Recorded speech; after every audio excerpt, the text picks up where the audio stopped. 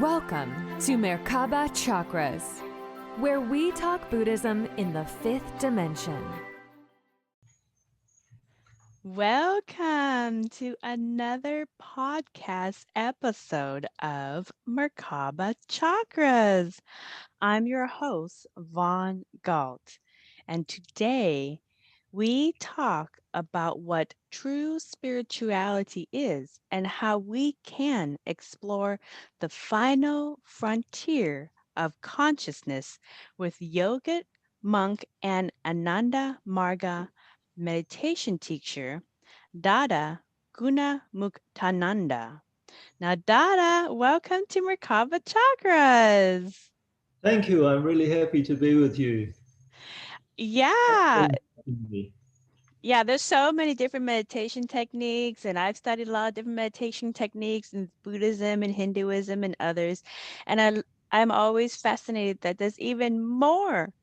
And I have not heard about Ananda yet or have tried that one. So we have a lot to discuss about the different ways in which you do meditation and connect to that subtle energy of consciousness within you and everybody else.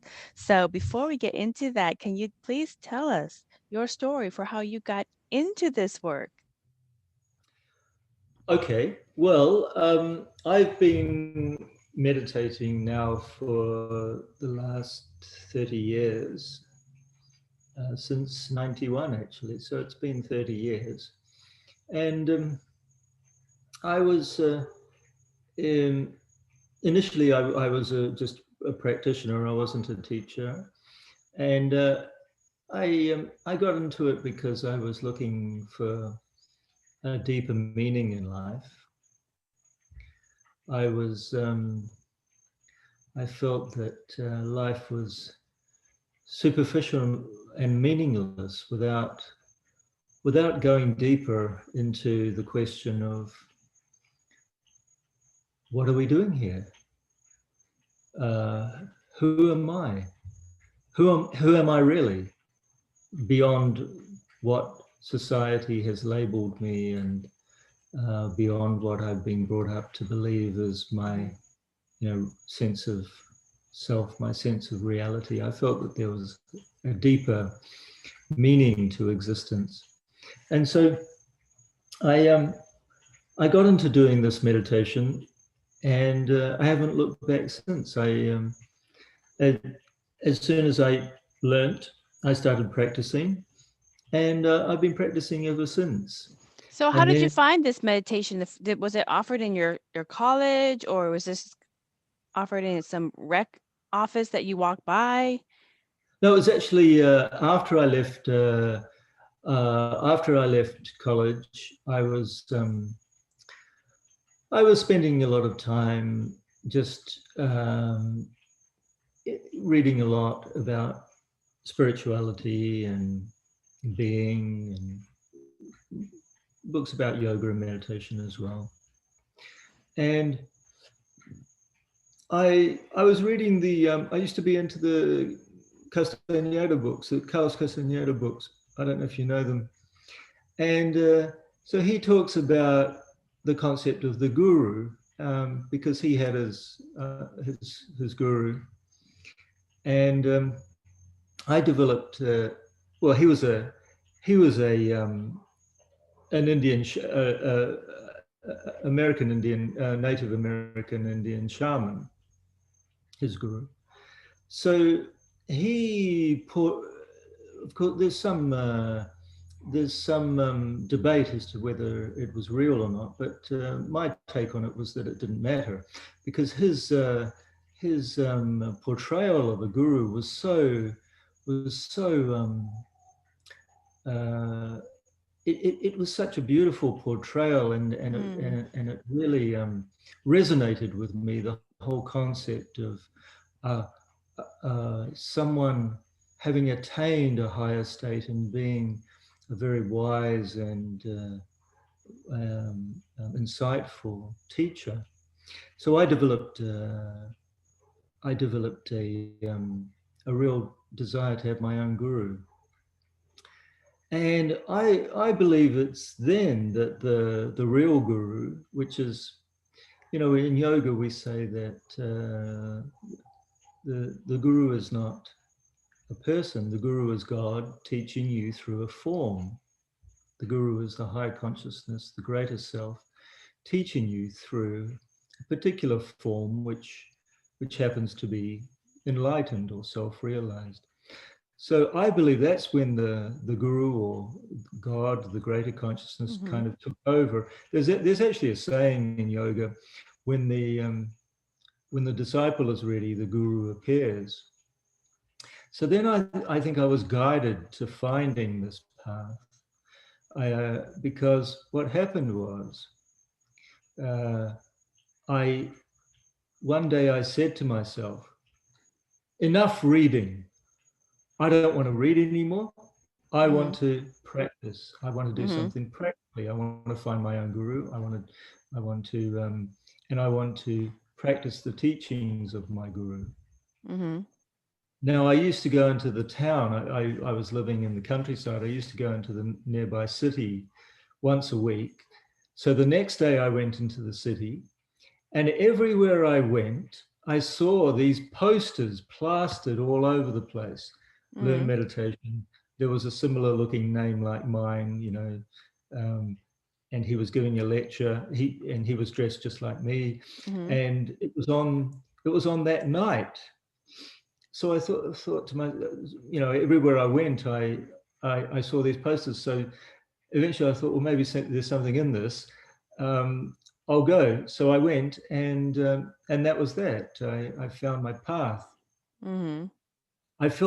I actually felt a sense of homecoming when I encountered my teacher and the teachings and the whole thing. It felt very familiar to me. It felt very familiar. So, And, what was it about the teachings that was familiar to you? I mean, was there something specifically said that just kind of you resonated with, or was it a feeling? It was the whole vibe, the feeling of the thing, but also what he said, that it resonated with what I'd been feeling, that we are here for something deeper than what our everyday life gives us. That we should be that we're not going to find what we're ultimately looking for in the things of the world, the people and things of the world. That we have to look deeper, because we have an infinite desire for happiness, and we can't satisfy that infinite desire for happiness with the things of the world. We have to look within ourselves and find the infinite within ourselves. We have to look within our own mind, or rather we have to go beyond the mind to find the infinite consciousness within our own, as the essence of our own consciousness. And it's only then that we will be able to satisfy our desire for infinite happiness, because infinite happiness is the essence of infinite consciousness. So this whole concept resonated with me, because it was what I'd been kind of working towards, and it's been the basis of my philosophy that I've learned ever since, and the practice that I've practiced ever since. And let me ask you, so when you are doing Ananda Margo meditation, can you explain the feeling or what you get when you make that connection to consciousness? Yes, you use the word connection. It's a feeling of connection. It's a feeling of being, of belonging. It's a feeling of peacefulness and happiness. And the deeper you go into meditation, the deeper you can feel that. And you can, if you go very deep, if you can really still your mind and really go beyond your limited sense of self, you can have a very blissful experience. We call it bliss, anandam. The Sanskrit word anandam is bliss, infinite happiness, perfect peace and contentment. So you can have very blissful experiences when you perform it. Of course, you don't have these experiences every time. It depends on the state of your mind. It depends on the particular. It depends on where you're at that particular time. But in general, the experience that you have is an ever deepening sense of connection to self, a greater and greater sense of contentment and peace and happiness within yourself. And that has, even though, as I said, you don't necessarily have that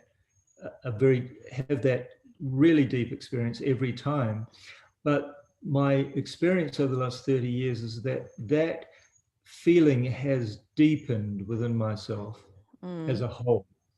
So it kind of goes up and down on a day-to-day basis, but over time, it has a kind of like it deepens. Yeah. Now, when you're in the deep meditation and you're in that connection to consciousness, do you have a sense of ego, of your own identity, or do you just feel one with everything?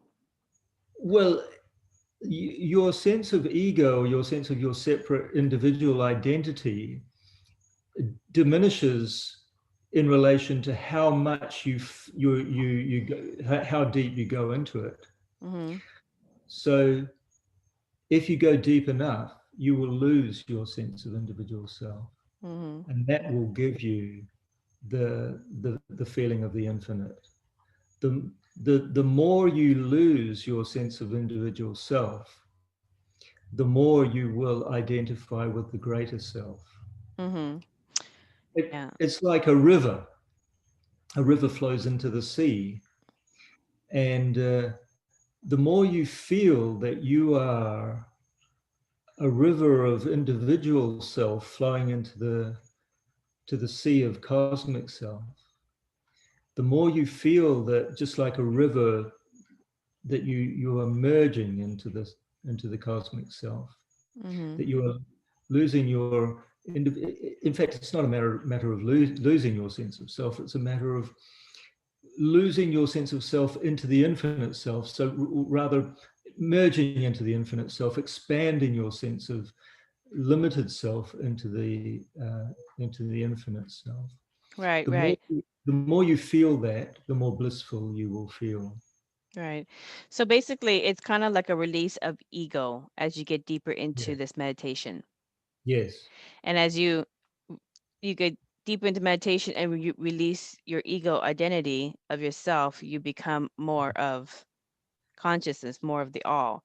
And so it just becomes, now, when you're in that state, do you get any kind, when you get to that state, what do you do at that point? You don't do anything. You don't want to hang do out. anything. Okay. You don't want to go. You don't want to be anywhere else. You just want to stay in that state. Okay. So kind of stay in the emptiness. The emptiness of. Well, it's not emptiness. That's the thing. It's fullness. Okay.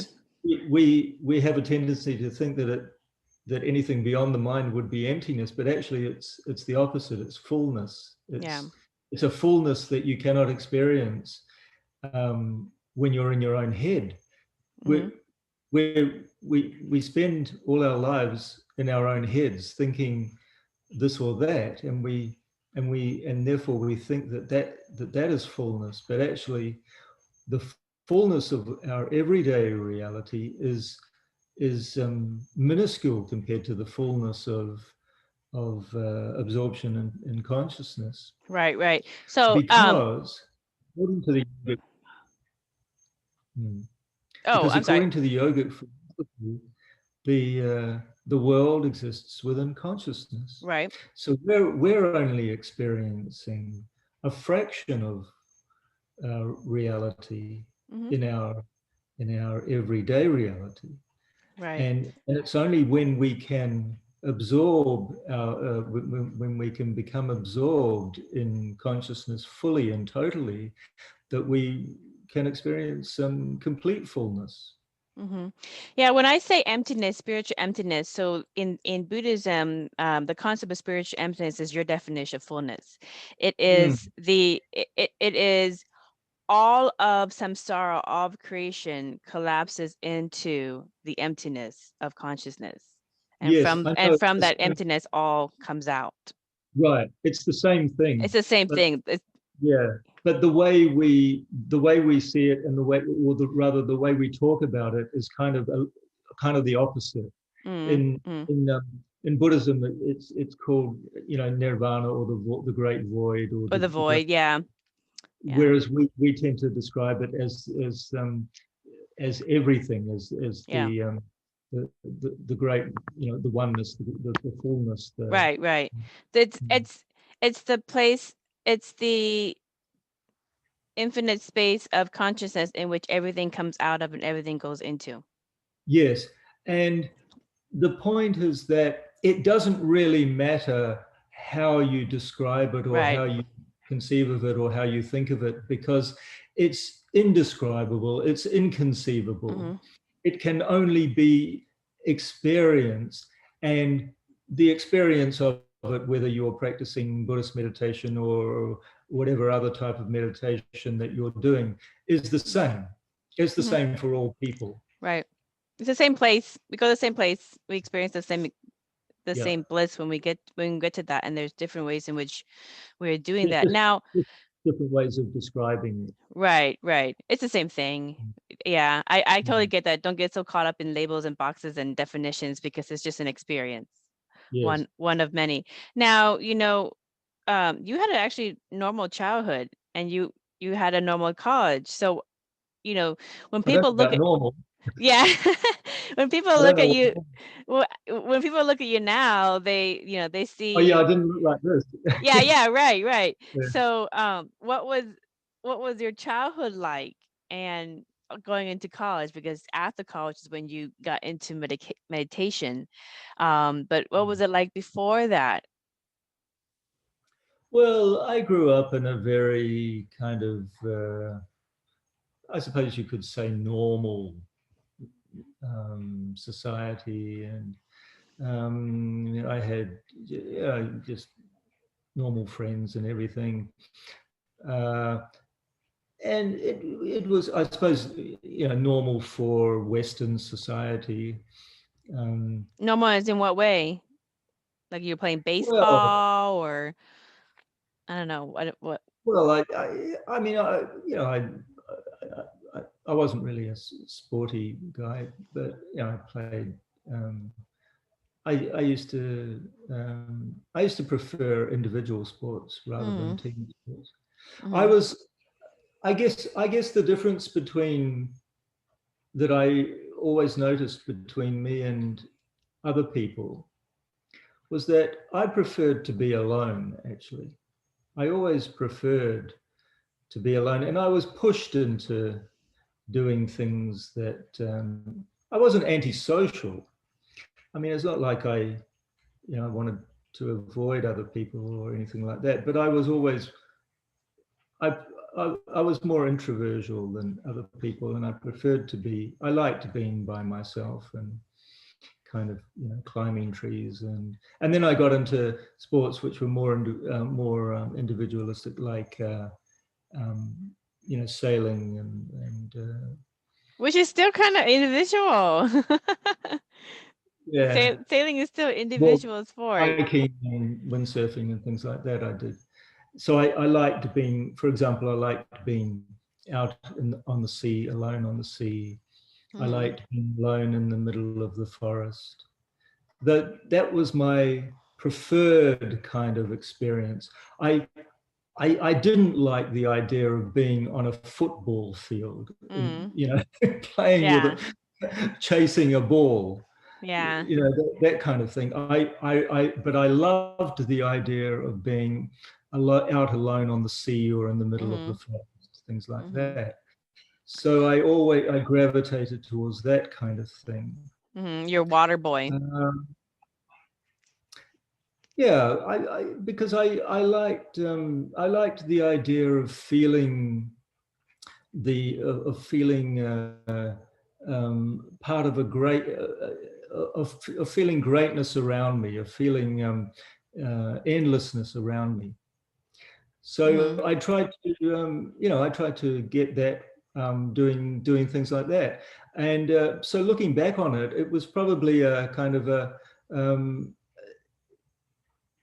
I mean, I was probably it was part of the process of doing what I'm doing now, I suppose, of finding what I'm doing now, which is a deeper way, much deeper way, a more internal way of doing that. Yeah, it's kind of like meditation sports. In terms of sports for kids, that's kind of like a lot of those individual sports are kind of you're in your own field. Yeah, it's kind of like meditation sport for yourself. You're playing against yourself, and you're focusing on yourself and your what your next intent is. Well, that goes into the next thing also. Now, when you went to college, what did you go to college for? Did you just go just because that was the thing to do, or is there a major that you initially went into college to pursue?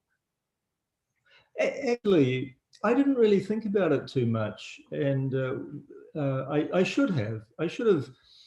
When I finished high school, I should have just stopped and said to myself, "Well, what do you really want to do?"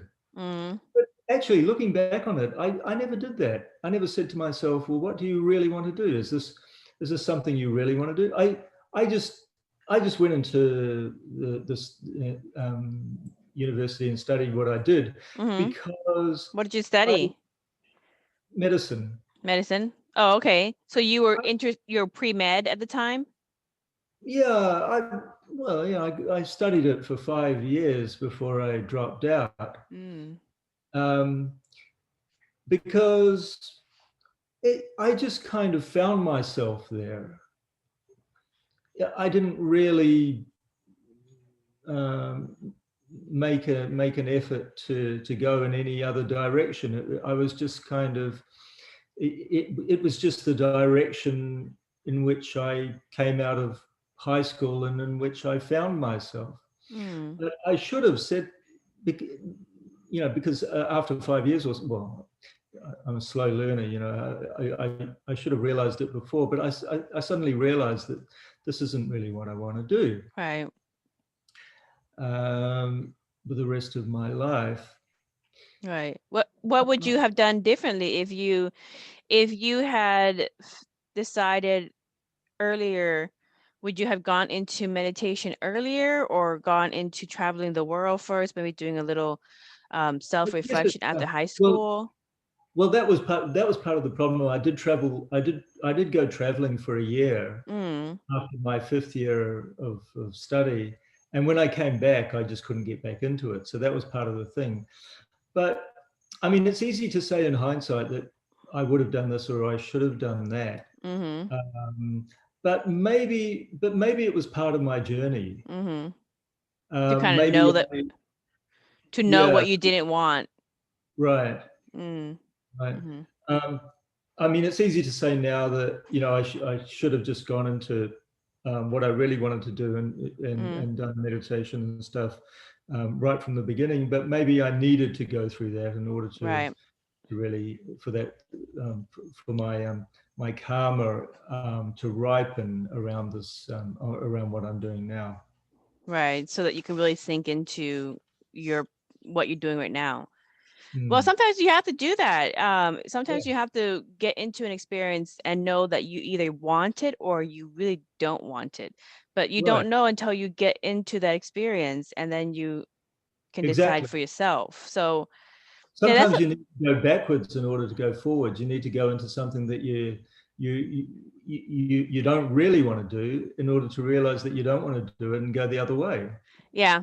And that's really good piece of advice, especially for young adults, coming, into their young adulthood after college, or even if they're going to college right now and they're just kind of bumping around with really no focus or direction, Mm. that you know, sometimes it's good to take a break and just check on yourself to see, okay, is this really what I really want to go into?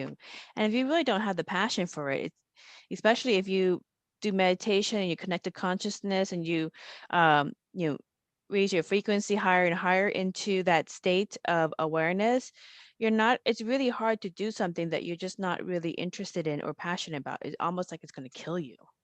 Right. I mean, I would give I think the best advice, or some of the best advice that young people could have, is that they should really do what they love doing, what they really want to do, because you're not going to be good at something unless you really want to do it, unless you really like doing it. Mm-hmm. So do what you like doing, do what you love doing, and then you'll be good at it. It doesn't matter what it is. Mm-hmm. Well, as long as it's not destructive, but as long as it's a constructive occupation.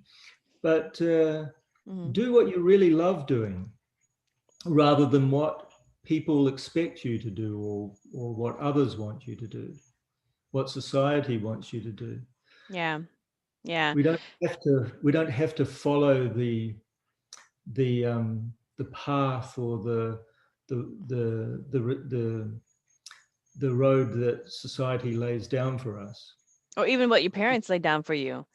Exactly, because it's not Yeah. always right. Yeah. Yeah. Not everybody has to be a doctor or a lawyer. No. Right. And there are many paths, and there are many different ways in which you can live your life. And you've shown that the being the doctor route didn't really resonate with you, and it's not what you wanted for the rest of your life. So you ended up finding Yeah, another there's, path that there's really, nothing really there's nothing connected with wrong. you. Right, there's nothing wrong with that. It just wasn't right for me. Mm-hmm. So and I guess the best thing that or rather the most important thing that I would advise young people today, is that there is a deeper meaning to life. Mm-hmm. Because, especially in today's society, where we're caught up with technology and social media and things like Mm-hmm. that, a lot more than we used to be. But at the same time, I think young people are searching for meaning more than we used to when we were young. I think in general the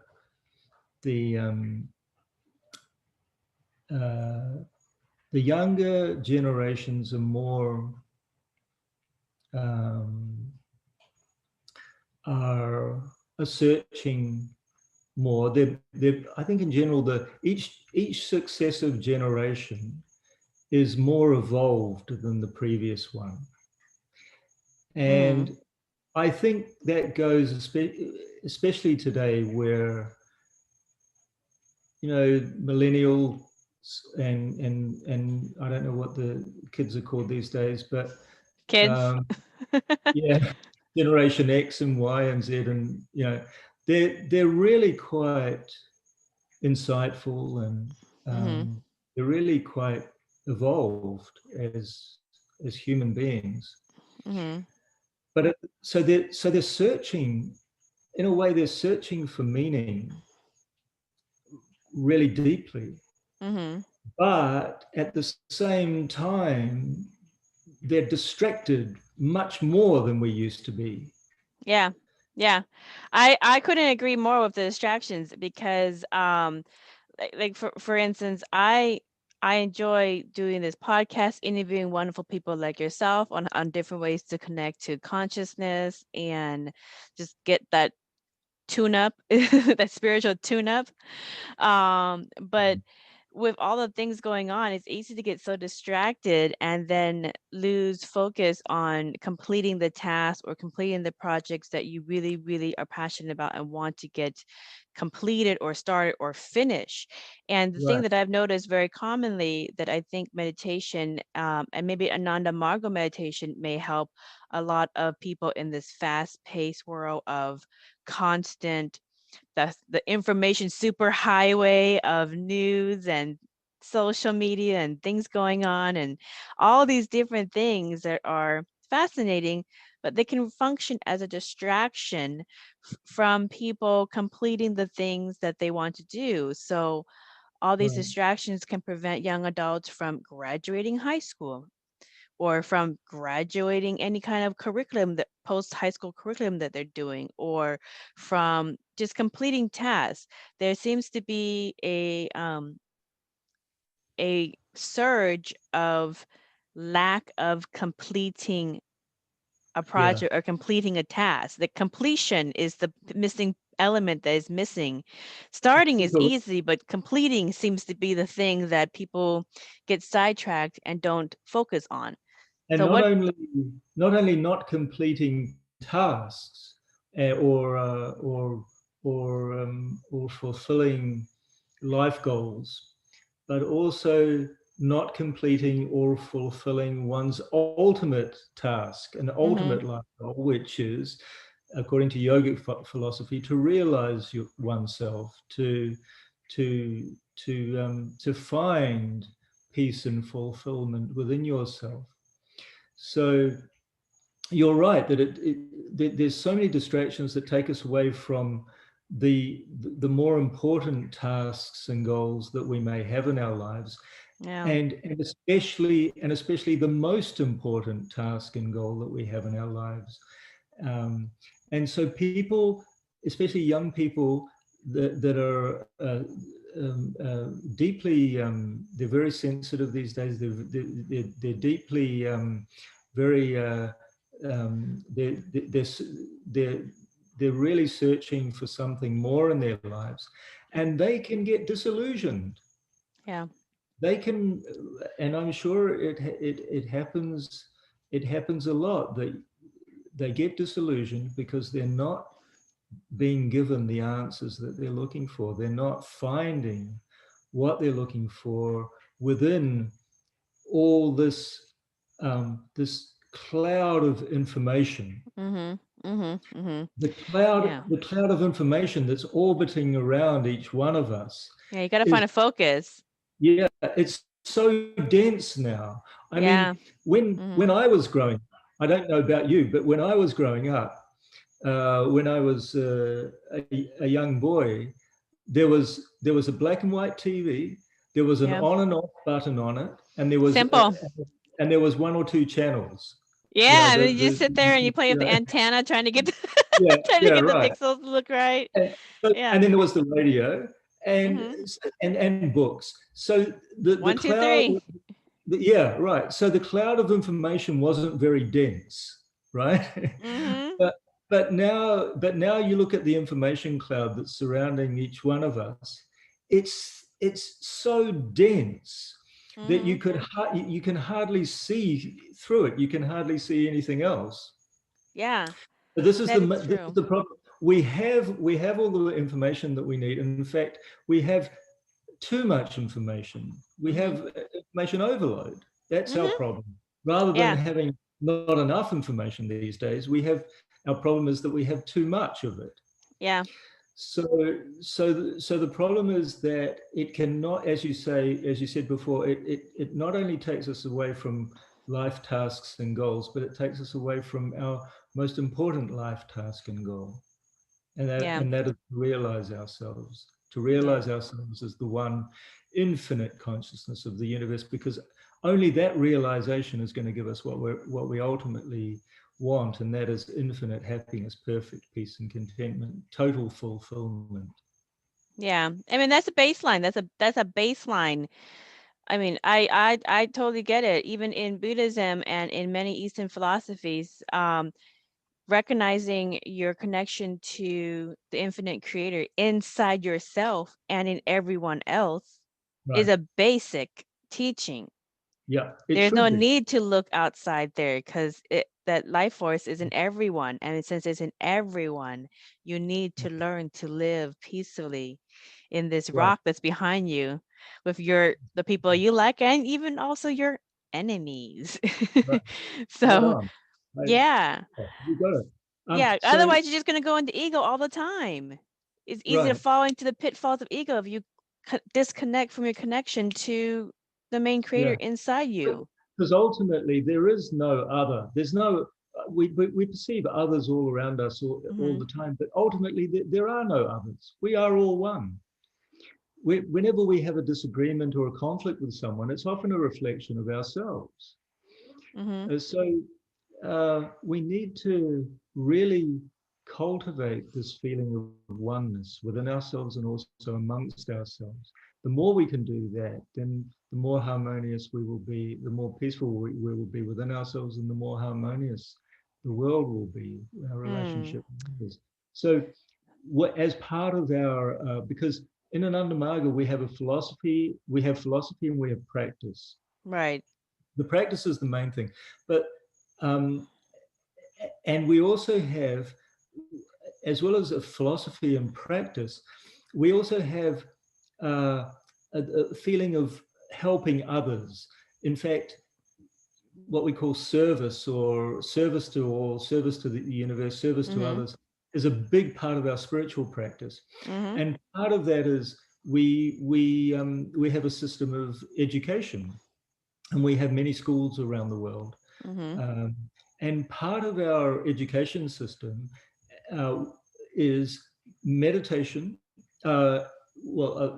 Meditation, and also the teaching of proper ethics, moral values, ethical values, and morality, and that's what we believe is missing.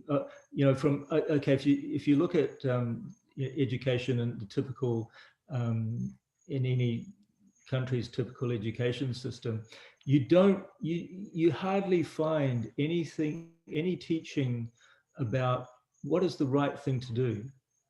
There should be, there's a lot of academic subjects and intellectual things, and creativity is coming in more and stuff like that.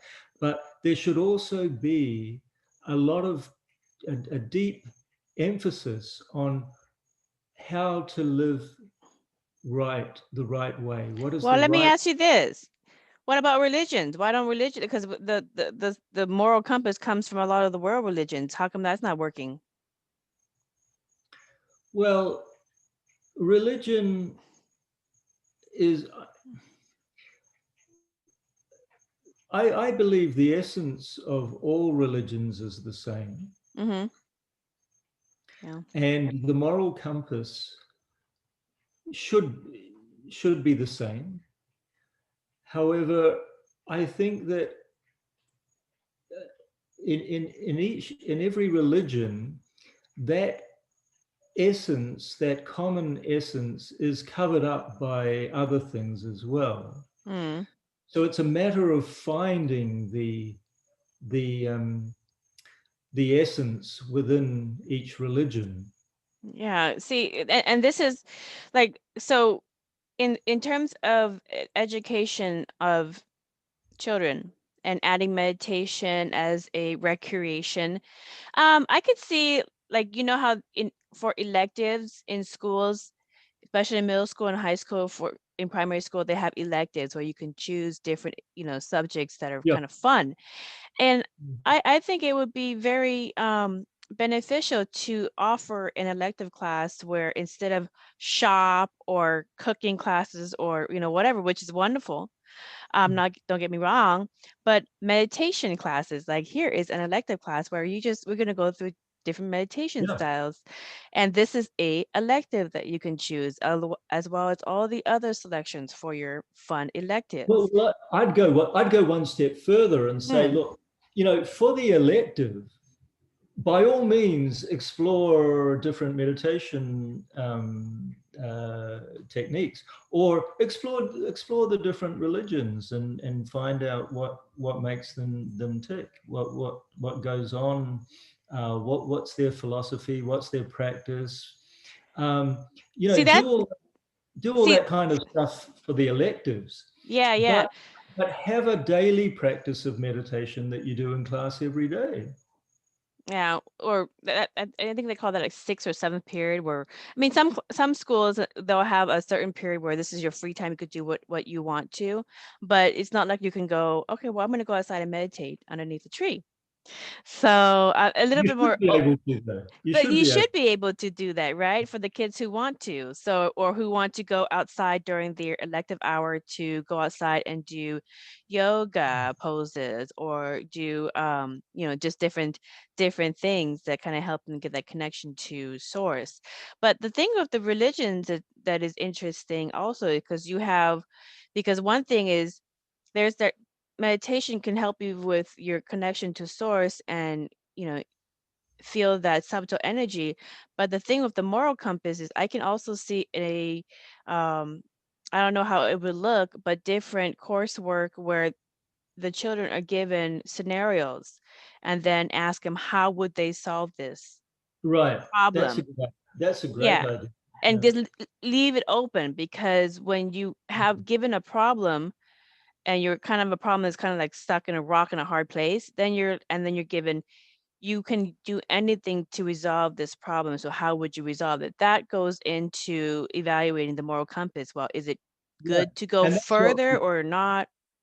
yeah. And that's interesting for children, for anybody. Mm-hmm. I mean, it's not interesting to be told what to do.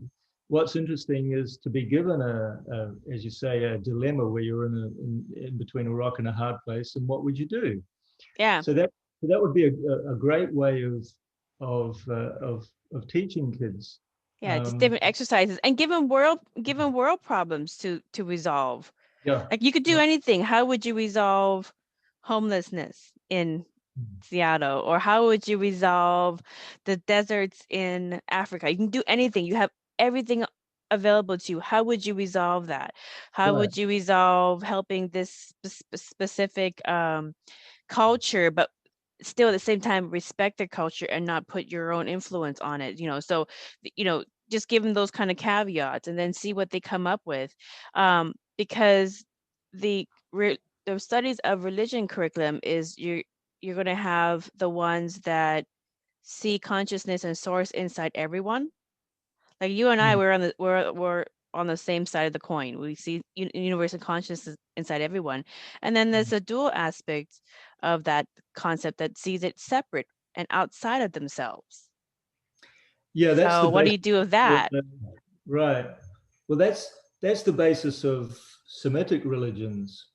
That there's a kind of a duality that never kind of gets resolved. Um, whereas the Eastern religions are more have a more uh, unified kind of uh, concept to them. Mm, mm. So, So what makes Ananda Margo meditation unique from all the other forms of meditation out there?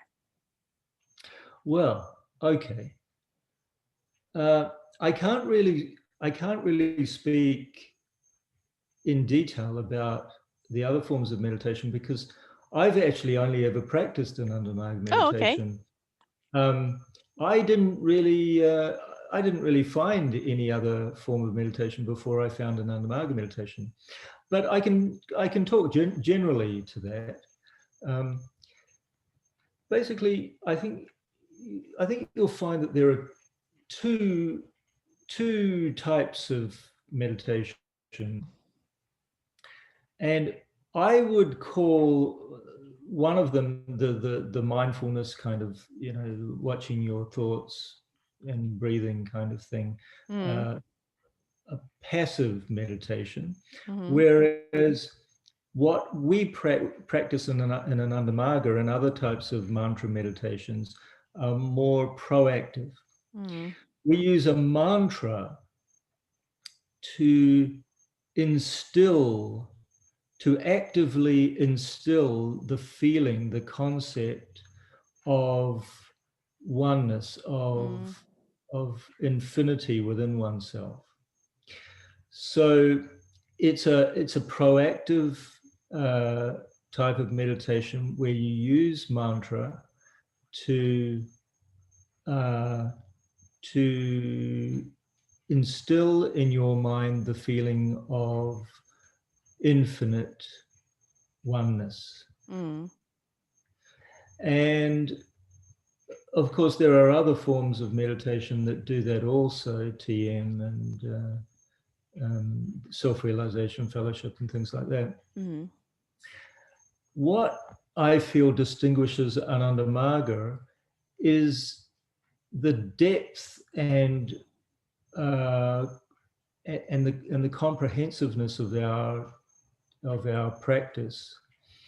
We have, for example, we practice, not everyone that practices Ananda Marga meditation, but there is scope to practice 3 or 4 different types of meditation, or rather, types of meditation, I suppose you could call it. And for example, within the first type, there are 6 lessons. So there's not just one lesson that you practice, there are 6 lessons.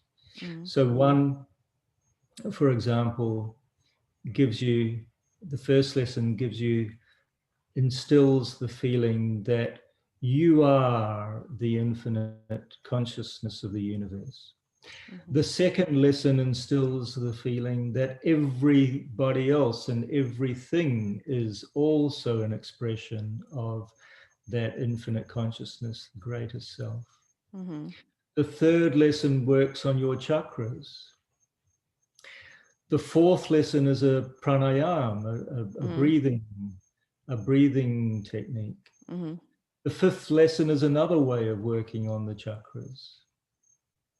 And the sixth lesson is a deeper way of instilling the feeling of infinite consciousness within yourself. So there's 6 lessons there, just in the first type of meditation, that most of our practitioners practice. And then there are other styles as well that you can go into. There's another one that I practice every month at midnight, and that's a special type of meditation. I can't go into the details about that because it's secret. But and then there's another one related to that our guru gave certain people that also can't talk about it, related to a new science that he introduced, which is a new way of looking at the world and energy and consciousness. And then there's a kind of a much higher and deeper meditation, which has 11 or 12 lessons that go into, that kind of take the first 6 lessons and make them even more fine-grained and more detailed, and go into it in a more fine-grained way. So I think I mean, as I said before, I can't really speak about other styles of meditation, but what I can say is that Ananda Marga meditation is very, very deep, and it's very, very comprehensive. Right. It works on your whole being. It lifts your whole being at the same time, and you don't necessarily get instant results, but over time you notice great and profound changes within yourself. It's a meditation process which is designed to be lifelong. Not something that you can just practice for, or you can practice it for a day or a week or a month or a year or a few years, but it's best if you adopt it for your whole life, and you keep going, and then as a lifelong process, it will have a very deep and profound effect. Wonderful. Well, You are known best for your presentation on consciousness at the TEDxNoosa talk, which is a video, which is on the video description for those who want to watch it. I'll put it in the description of this video. But I've always wanted to do a TEDx talk. So what was it like doing a TEDx talk? Well, it was a very cosmic experience for me. Yeah, you have kind of an interesting story about that fateful day. How do you know that?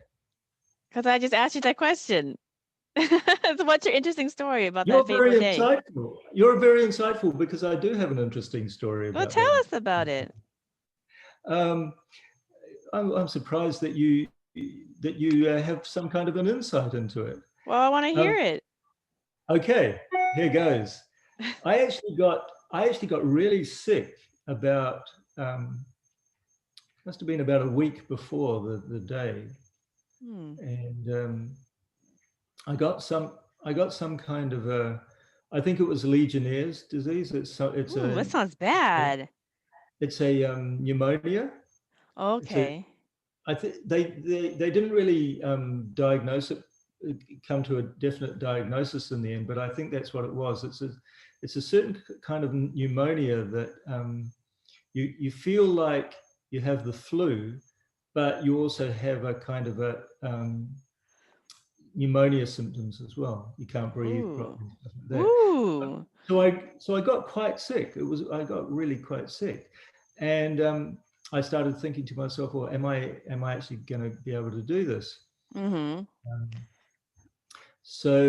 Anyway, I pushed on, and they put me up in a hotel, in a kind of it wasn't a hotel, it was a resort. It was this kind of 5-star resort kind of place. Yeah, but when you're feeling like crud, 5-star, 1-star doesn't make a difference. It didn't make any difference to me. Yeah, that's right.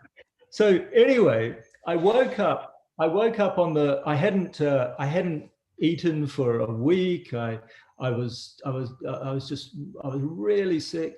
I woke up on the morning. Do you think not eating for a week helped out the Legionnaires? Oh, because you didn't eat for a week and then you got sick. When you're sick, you don't eat, do you? You don't feel like. Yeah. So it was just, just because of that I didn't eat. So I woke up on the morning of the talk and I still felt the same. And I had a friend with me because I could invite a friend also. So I asked him to take me to the hospital. And I went to the hospital at about 5 o'clock, it must be about 5 or 6 in the morning. And I said to them, I've got a TEDx talk today. Can you do anything for me? Yeah, I'm sure they're like, yeah, stop making stuff up. Get a ticket.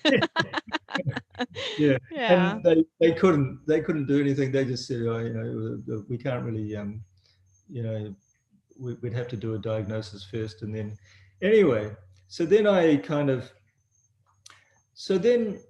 I gradually, I found that after that, then I went back to the hotel, and then fortunately my talk was in the afternoon, but gradually in the course of that day, I gradually felt better and better.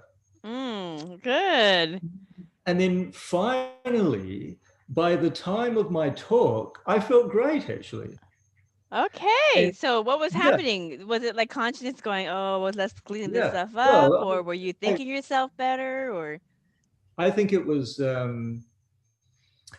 I think there was something in it. There was something deeper in it that I think higher, the higher consciousness was helping me. Well, our higher consciousness is our own deepest consciousness. So I think, subconsciously or yes. 1 second. Okay. Yeah. Okay, hit record. So, oh no, I wasn't. Yeah, so you got better. You started getting better by the time the TEDx talk happened. So when I walked out on stage, I was feeling great, and I gave the talk. But what happened was, I got to my last line, and my last line was what I thought was a real killer line, a great final Punchline. line, Yeah. something that would have just really just sealed the deal kind of thing. Yeah. And just as I got to the last line, it's as though my brain just shut down and my mind said, okay, that's it, that's enough. That's enough of your extension. Exactly. You've been through enough already. There's no more left. That's it. You've come to the bottom of the barrel kind of thing. And I couldn't remember my last line, so I was really kicking myself that I couldn't remember the last line.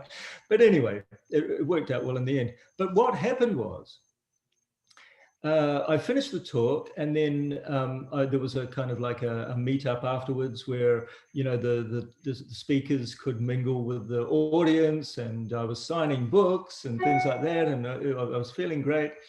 And then eventually, when I went back to to my room, Mm-hmm. I'm not making this up, I'm not exaggerating. As soon as I stepped into the room, my stepping into the room was like a switch. As soon as I stepped into the room, I felt terrible again. Oh. And I was as sick as a dog for another week. Oh no. So Well, that's thank what happened. goodness. Thank Yeah. the universe So that that's what happened. you got it together during high the consciousness has a way of helping you through things. If you really have the right determination and sincerity, and you dig deep within yourself, Mm-hmm. you can find the resources within yourself. You can find what you need within yourself to get you through anything. And that was a good example of that. Right. And that goes back to the earlier discussion about distractions.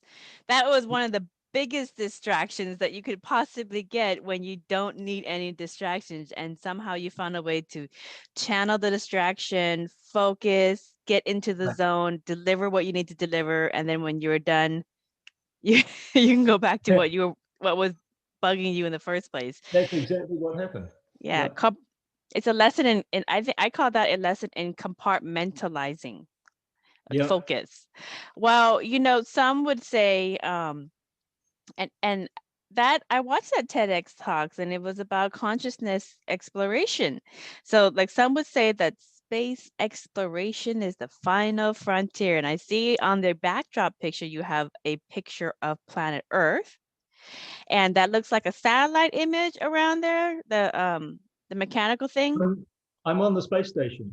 Okay, so you're on the space station. You have a beautiful water view of Earth behind you, the best water view.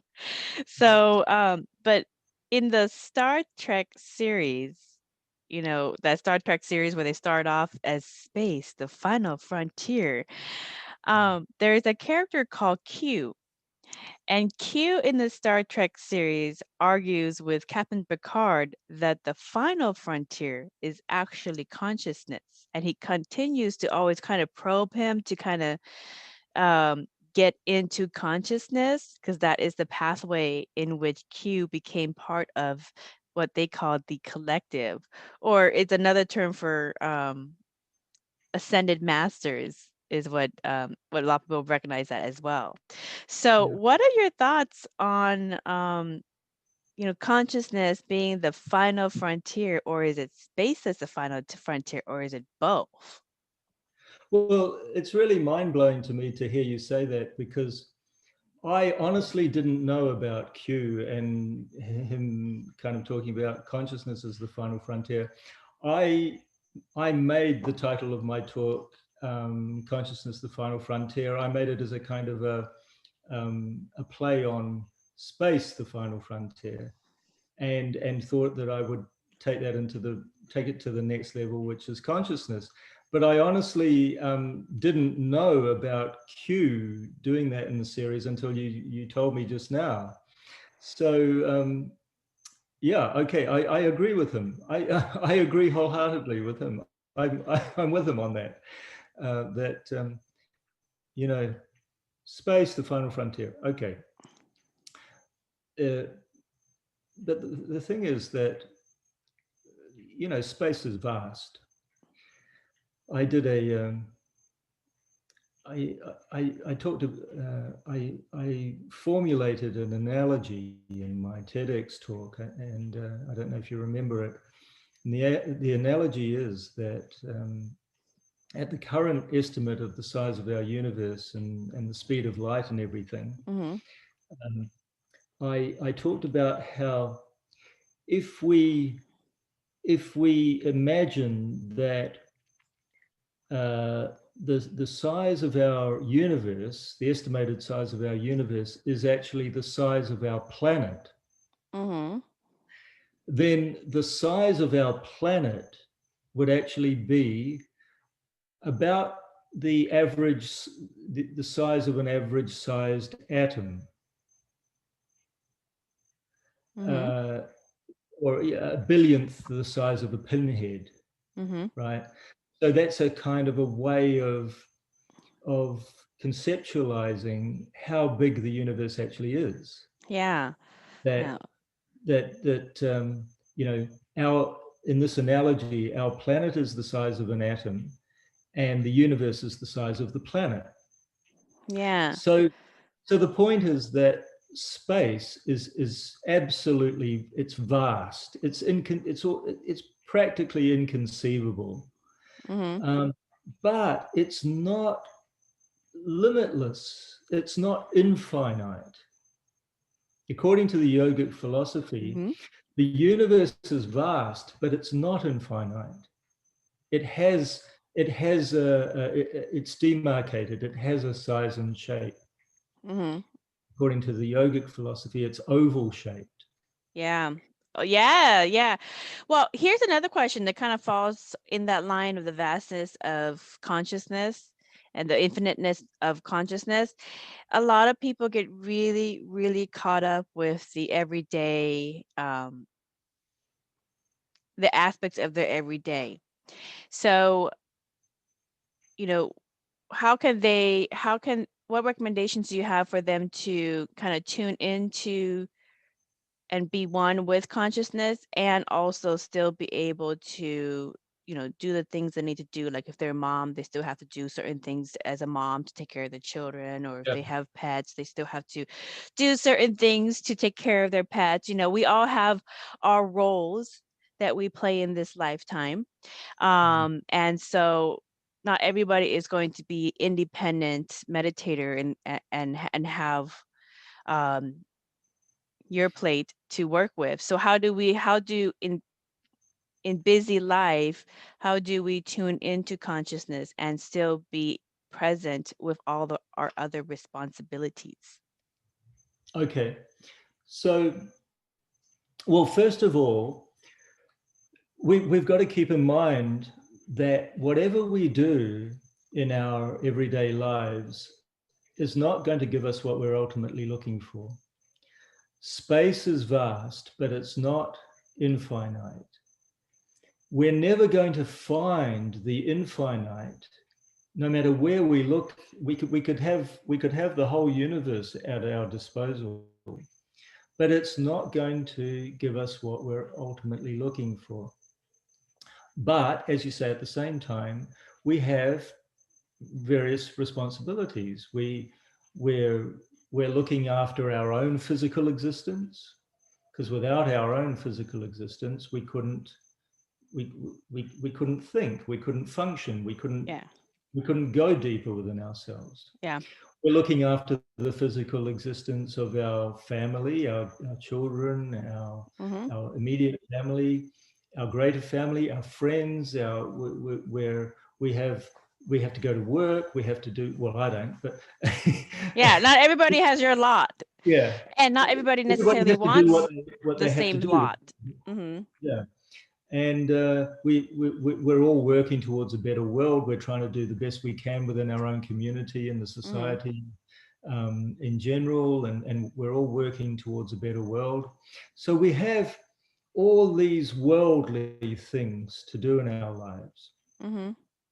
But if we really recognize that, okay, that stuff is all very well, it's forming part of our own individual journey as well as our collective journey as well. But our primary goal is to go beyond our everyday reality. It's the everyday reality which is forming our journey of going beyond the everyday reality. Right, right. Like, for example, I like to tell people that regardless of what's the negative stuff that's going on in the world today, we're getting closer to a more harmonious world. We're getting closer to where we want to be within ourselves and amongst ourselves. It's regardless of the negative things that are, in fact, it's because of the negative things that are happening. The negative things, the obstacles in our lives, the conflicts in our lives, both personally and socially, individually as well as collectively, are in a way facilitating our evolution into consciousness. Yeah, it goes back to the earlier discussion about when you went into college looking to go into medicine and realizing that that's not what you wanted once you got in there. Right. It's so all these things are important.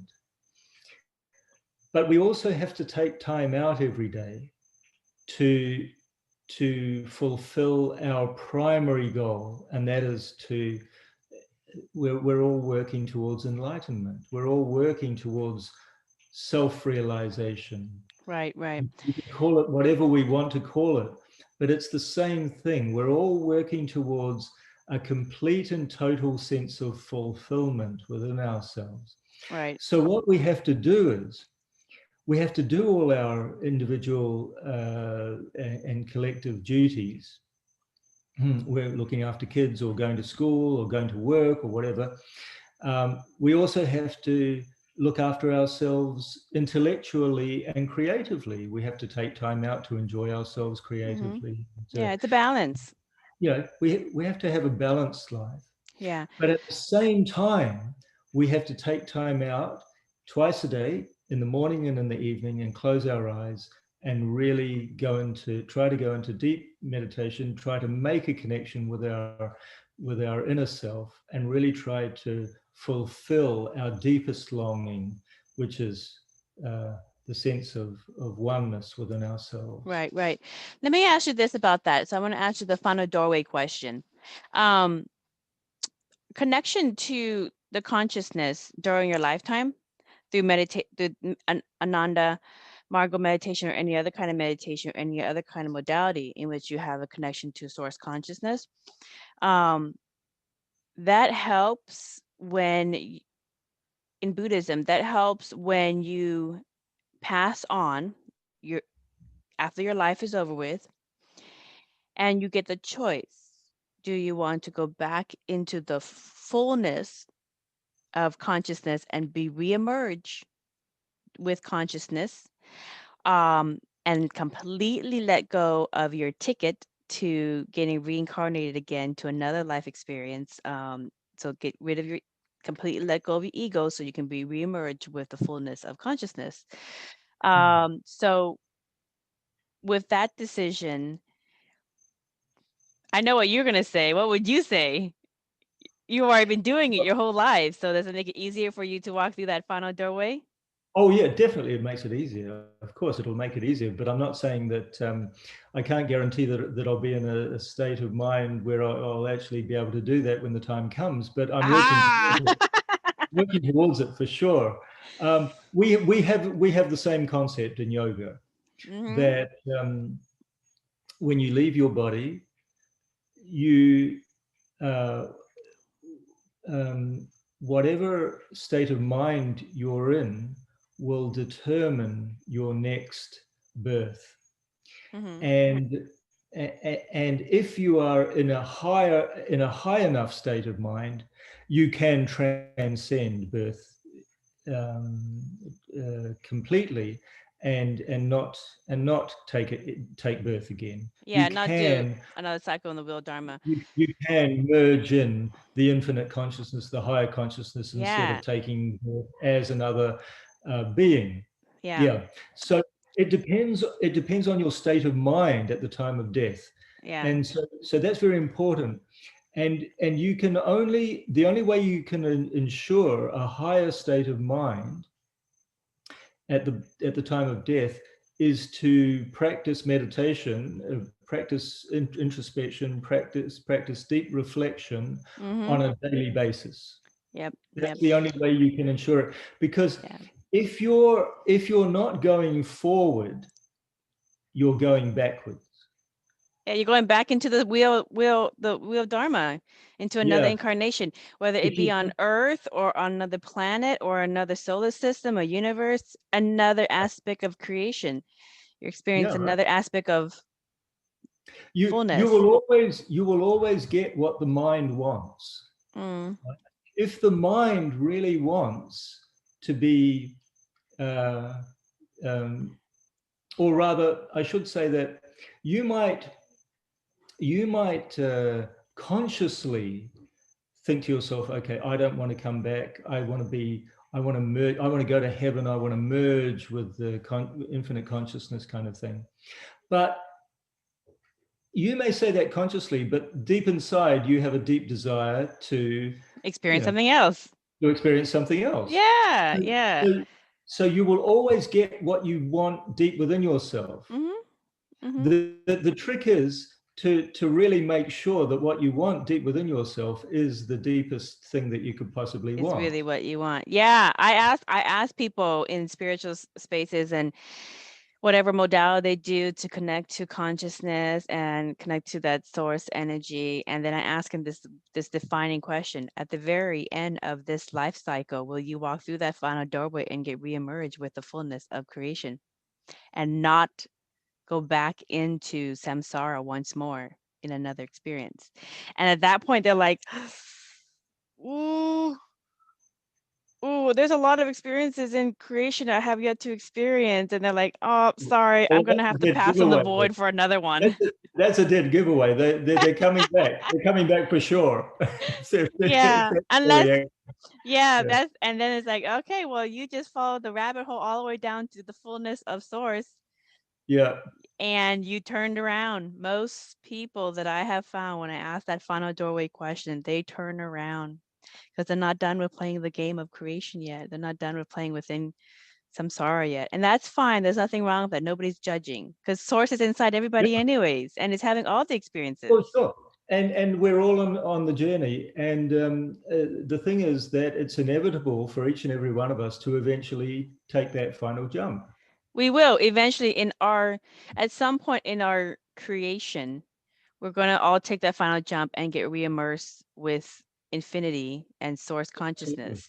And just no longer be our own ego individuality. We'll be part of the whole, and the whole is one. But until then, and everybody's infinite in Ananda meditation and in many Eastern philosophies and Buddhism as well. Everybody's infinite, so there is no timeline and there is no judgment. So when you're ready, you will do it. And until then, try not to create so much havoc for you to work with. How many lifetimes do you have to create havoc? I know, right? Too much trouble while you're on the journey. Yeah. Definitely. Yeah, that's another thing I wanted to ask. I have two more questions for you. What do you say to people who challenge other spiritual teachers or people who do not actively participate in various current events and movements that they don't really resonate with? What do you say to that? Well, again, we're all on our own journey, and it's all part of the same journey. And some people are just in a place where they don't want to participate. Yeah. Some people are in a place where they want to be contrary and question or oppose or assert themselves as being more superior than others or whatever. Right. So, yeah. But we're all on the same path. We're all on the same journey. It's just that, you know, some of us get kind of waylaid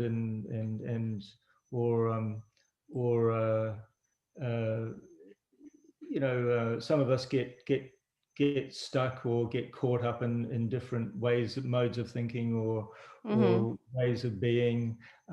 But ultimately, we're all going to come around and see the light. Basically, I mean, I know that sounds a bit evangelical, but we're all going to see the light. Yeah. So everybody's one time or another. Right. So everybody's basically on their own journey, and it's not advised to guilt other people for not supporting your campaign or your movement or anything else, because they're all doing their little piece, and if you're drawn to something, that's wonderful. If you're not drawn to doing it, doesn't make you a bad person.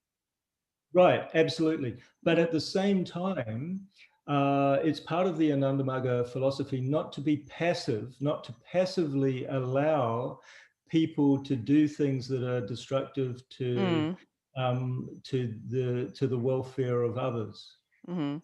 Yeah. So if people are in a really negative space where they're being antisocial and they're being destructive and they're hurting others, then we should oppose them.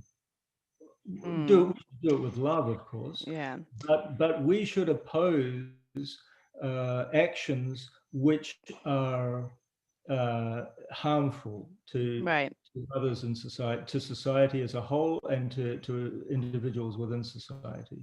Right. We have an obligation to do that. Right. Yeah. That goes back to the lesson of discernment and boundaries, and also knowing, kind of having some wisdom to know when you step in and when you don't. Like, how far do you take certain things, and just being responsible with the actions or the do-goodness that you participate in. So because I always kind of go, there's a middle way for everything. It's not so much one side or so much the other side. There's somewhere in the middle. We can always find some way in which we can find resolution to a lot of the current events. It relates to what we were talking about before, doing the right thing, teaching kids, to always try to do the right thing under any given circumstance. So, this relates to our conscience. We all have a sense of conscience. What is the right thing to do? So we find ourselves in circumstances where we know it's the right thing to stick our necks out, to put ourselves on the line. And we know it's going to be difficult for us. We know it's going to, we're going to have to put ourselves out. But at the same time, we know it's the right thing to do. So I think it's a matter of acting according to one's conscience. Yeah, whatever you're drawn to. Well, that's a wonderful last message to help people who are witnessing the world metamorphosize into a higher version of itself. And just like a butterfly, when it does that, it's always a little chaotic and a little scary until you get to the other side. So I definitely, I'm with you in that it is getting better. We just don't quite see it yet, but the dust is going to settle. Well, I can see it. You could. I can see. I can too. I can too. We're definitely heading to a really good place, both individually as well as collectively. Yeah. Whenever things are very polarizing, that's a metamorphosis.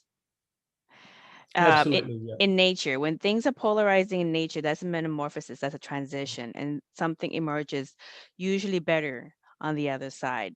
So, well, Dada, I had a great time. Thank you for an enjoyable interview. Yeah, for wonderful. Great to talk to you. Yeah, for wonderful insights into the power of consciousness, exploration through meditation. So everyone, for more information about Dada Gunamuktananda's offerings, please go and hit up his website, which is consciousfrontier.org. And that's where you can see all of his interviews, all his blogs, and all of his insights from his 30 years of meditation. And remember, I've written books on this. Meditation changes physical reality. It's already been scientifically proven. So it's just a matter of if you want to participate in that activity or not. So thank you kindly to our listeners for listening to another enlightening conversation. Until next time, blessings.